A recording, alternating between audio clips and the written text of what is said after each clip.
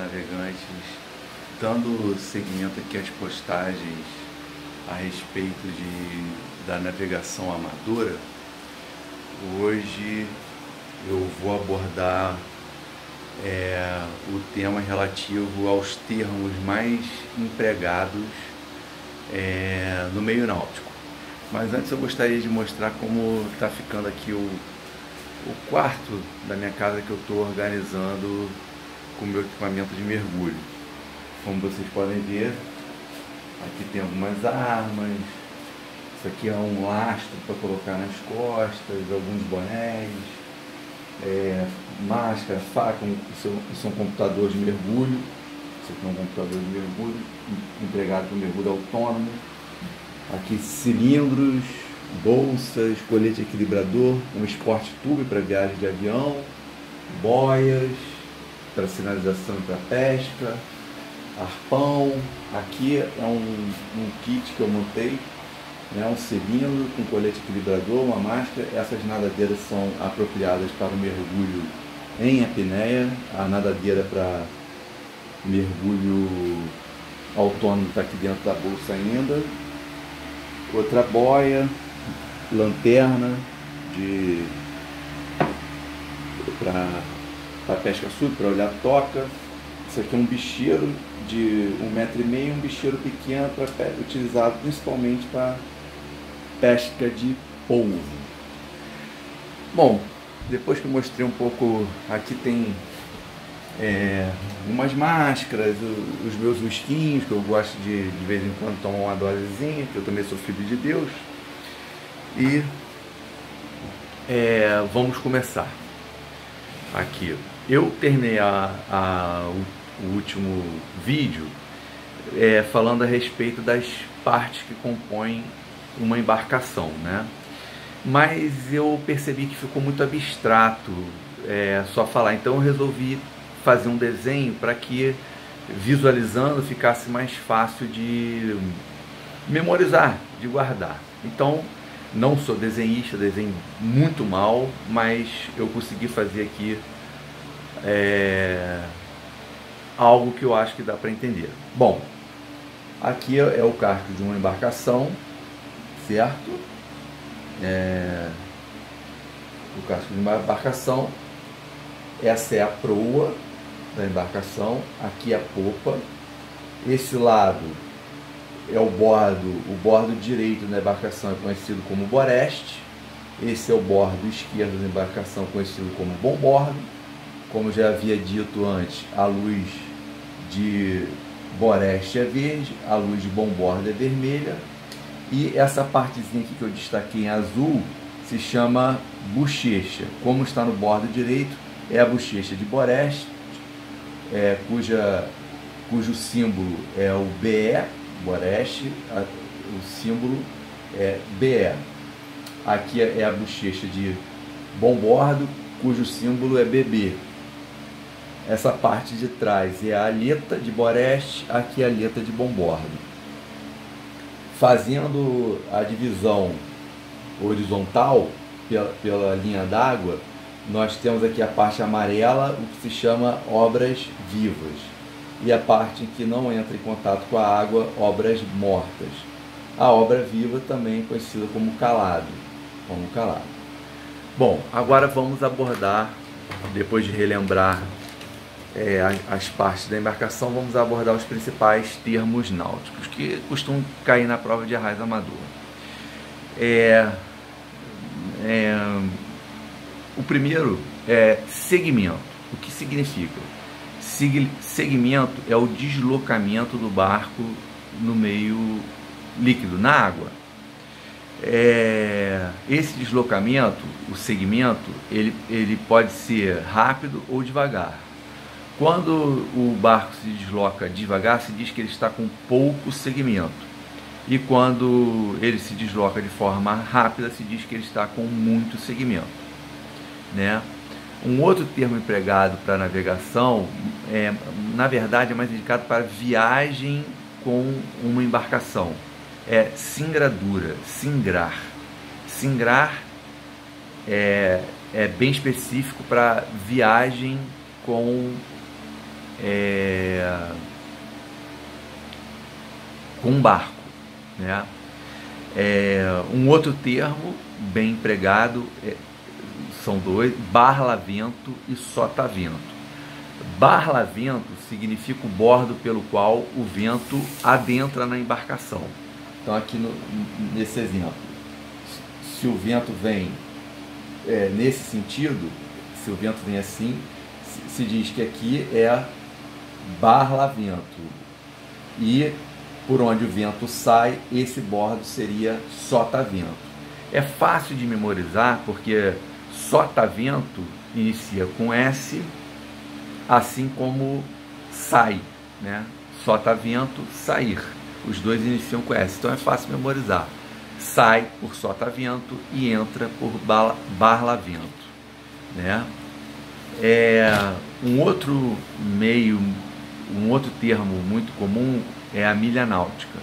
Milha náutica é uma unidade de medida, de distância, né? Que corresponde a 1.852 metros. Diferente da milha terrestre, uma milha terrestre corresponde a 1.609 metros. Então, a milha náutica é maior do que a milha terrestre. Um nó corresponde a 1 milha náutica por hora, ou seja, 1.852 metros por hora. Quem viaja para os Estados Unidos, quem já viajou para os Estados Unidos, lá os automóveis eles dão a velocidade em milhas por hora, mas é milha terrestre. Então, quando você está a 1 milha, significa que você está viajando a 1.609 metros por hora. E quando você está embarcado e que você está viajando a 1 nó, significa que você está se deslocando a 1.852 metros por hora. Eu já havia falado no primeiro vídeo, mas vou repetir pela relevância do termo. No meio náutico não se usa vermelho para indicar essa cor, que é correspondente ao bordo esquerdo na embarcação, o bom bordo. Se diz encarnado, isso para não fazer confusão na fonia de rádio com a cor verde, que significa a cor de Boreste, representa Boreste. Depois nós vamos ver que tem outros significados de boias, existem outros significados para as luzes de embarcação e para as boias, né? Um outro termo, esse todo mundo conhece, lacustre, que é relativo a lagoas, né? E aqueles que estão a bordo de uma embarcação. Nós temos os tripulantes. Os tripulantes são aqueles que de alguma forma exercem uma função na embarcação.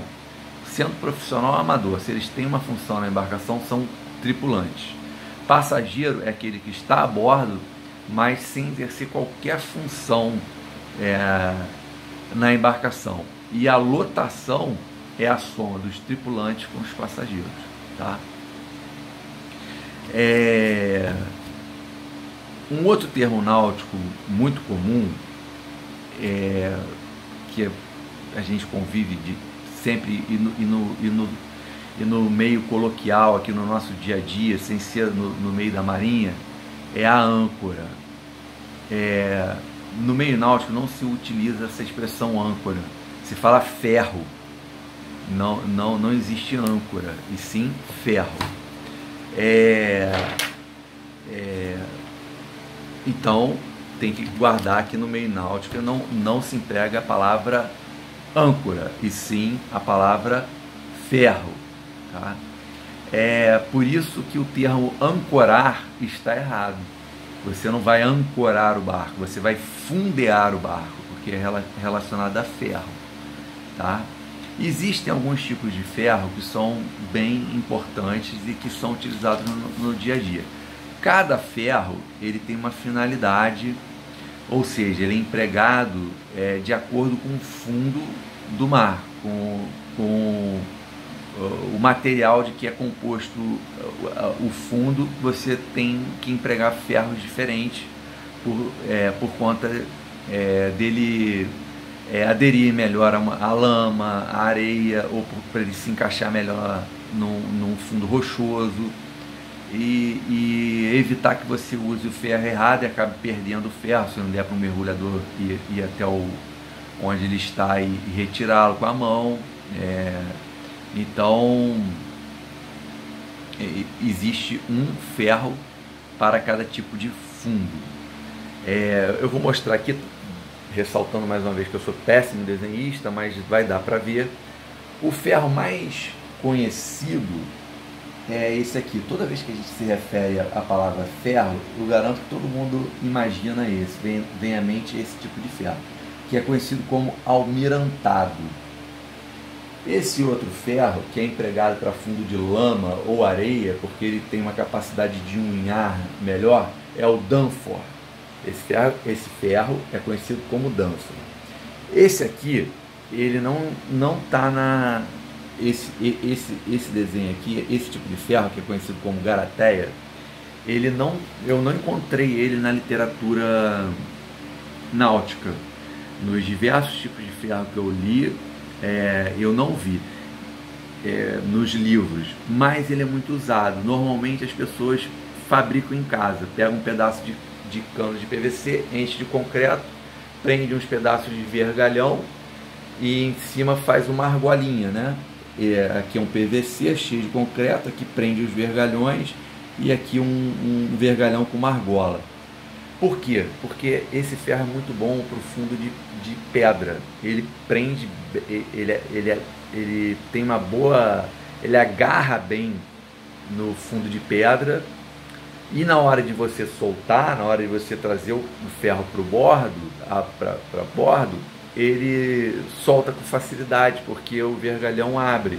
Você traciona com bastante força, o vergalhão abre e você traz ele de volta e assim não perde o ferro. Por exemplo, o ferro Danfor, é impossível você, se ele estiver muito preso e muito fundo, você não consegue trazê-lo de volta a bordo. Você vai ter que cortar o cabo do ferro, que depois nós vamos ver que esse cabo se chama amarra, né? O cabo que prende o ferro e que a outra extremidade fica na embarcação se chama amarra, o nome desse cabo.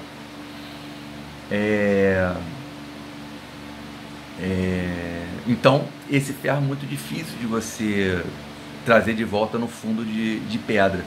Ele deve ser empregado para um fundo de lama e um fundo de areia, ok? Agora vamos falar um pouquinho de como fundear a embarcação. Eu não vou me alongar muito, porque senão o vídeo fica cansativo. Só vou aqui falar desse primeiro momento de como as formas adequadas de fundear, ou seja, de parar o barco com a utilização do ferro. E numa próximo encontro eu falo sobre o componente do leme, do hélice. Vou explicar a diferença entre a hélice e o hélice, que hoje na língua portuguesa, no dicionário Aurélio, ele faz a distinção, né? Na acepção náutica ele é empregado como substantivo masculino, e fora dessa acepção náutica é um substantivo feminino. Mas deixa isso para o próximo encontro. Bom, como fundear a embarcação, né? Como eu já disse, fundear quer dizer parar o barco com auxílio de um ferro, ou, como popularmente se emprega, com auxílio de uma âncora. Bom, o ferro, ele tem uma amarra, que é um cabo que fica preso nele. Uma extremidade desse cabo da amarra fica no ferro e a outra fica presa na embarcação, né? Então, para fundear de forma adequada, primeiro nós devemos nos aproximar do local em que desejamos parar a embarcação, que é conhecido como fundeadouro, tá? Esses termos caem na prova de arraiz, tá? Tem que guardar. Quando queremos fundear a embarcação, nos aproximamos do fundeadouro com pouco segmento. Lembra que eu falei que segmento é deslocamento da embarcação e pouco segmento é o deslocamento lento? Então a gente se aproxima do fundeadouro com pouco segmento. Em seguida, a gente larga o ferro pela proa, para evitar que ele bata no motor da popa. A gente solta o ferro pela proa, sempre pela frente do barco. E como a gente se aproxima do fundeadouro? Sempre com o barco aproado para o vento ou para a correnteza, aquilo que estiver com mais força. Se o vento for mais forte, a proa do barco é voltada para o vento. Se a correnteza for mais forte, a proa do barco é voltada para a correnteza. Então o que for mais forte prevalece. Aí nos direcionamos com a proa apontada para o vento ou para a correnteza, aquilo que estiver com mais força no momento, e ao chegar ao fundeadouro, soltamos o ferro pela proa, deixamos ele encostar no fundo, e assim que ele tocar o fundo, damos máquinas a ré com pouquíssimo segmento e vamos soltando a amarra. Aí tem uma diferença.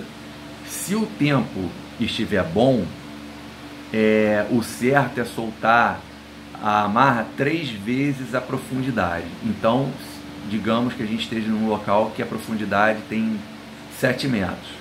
Então a gente tem que soltar 21 metros de cabo da amarra, que é 3 vezes a distância da profundidade. Isso com bom tempo. Se o tempo não estiver bom, vento muito forte, muita correnteza, chuva, o certo é soltar 7 vezes a profundidade. A gente solta a amarra 7 vezes, a distância correspondente a 7 vezes a profundidade. Ou seja, numa profundidade de 7 metros, devemos soltar 49 metros de cabo, de amarra. Isso para o mau tempo. Quando nós vamos fundear, a gente deve ficar atento a uma coisa muito importante, ao raio de giro da embarcação. O que é o raio de giro? A gente, como eu disse inicialmente, devemos nos aproximar do fundeadouro com pouco segmento e com a proa voltada para a correnteza ou para o vento, aquilo que estiver mais forte. Soltamos o ferro pela proa e depois damos máquina ré com bom tempo, a distância de 3 vezes a profundidade, com mau tempo 7 vezes. Mas devemos observar o raio de giro. O raio de giro é a possibilidade da embarcação fazer uma volta de 360 graus em torno do eixo, do ferro, né? Então nós devemos observar se nessa distância não existem outras embarcações paradas, uma pedra, algum obstáculo que possa provocar uma colisão, um abalroamento da embarcação com esse obstáculo e provocar algum dano, ou até mesmo o naufrágio dessa embarcação, né? Então é muito importante observar o raio de giro, certo? A qualidade do fundo em que o ferro é lançado se chama tensa, né? O melhor tipo de tensa, ou seja, que o ferro adere com mais firmeza, é a lama, e que nós devemos usar esse ferro, o Danfor. Para o fundo de lama ou areia, usamos o Danfor, que ele tem a capacidade de unhar esse ferro, e o fundo que tem a melhor tensa, ou seja, a capacidade de segurar a embarcação, é o fundo de lama, né? No próximo encontro, que aqui já vai 20 minutos, eu vou falar sobre como trazer o ferro de volta à embarcação, sobre a boia de arinque e outros termos também, mas o vídeo já está muito longo, então eu vou parar por aqui. Só gostaria de lembrar, inscrevam-se no canal, e se vocês gostaram, ao final clica lá no OK, por favor, para eu saber, ter um controle se vocês estão gostando ou não, para eu poder saber se há interesse das pessoas que eu continue ou não explicando esses assuntos que eu acho bem interessante. Então, por favor, Ao final, lembre-se de se inscrever no canal e dar o joinha lá se vocês gostaram, ok? Boa navegação e bons mergulhos para vocês. Fiquem com Deus.